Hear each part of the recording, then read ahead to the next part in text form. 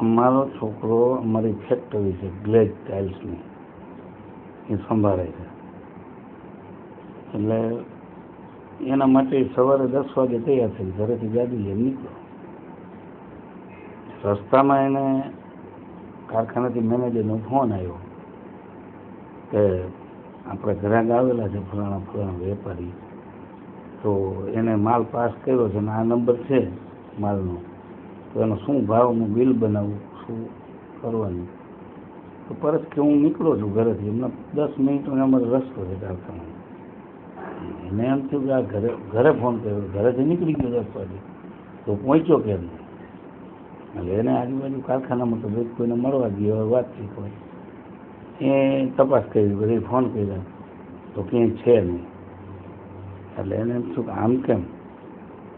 પછી અમે તો પોલીસ ખાતામાં જાણ કરી, ફરિયાદ આપી, હવે આવી તો બની છે, આનો કરતો નથી. પછી એને ચાલુ કર્યું, એનું લોકેશન લાલપર ગામ આપણું ત્યાં આવ્યું. એ એની રીતે તપાસ ચાલુ બધી કરી, પણ અહીંયાથી નીકળી ગયા.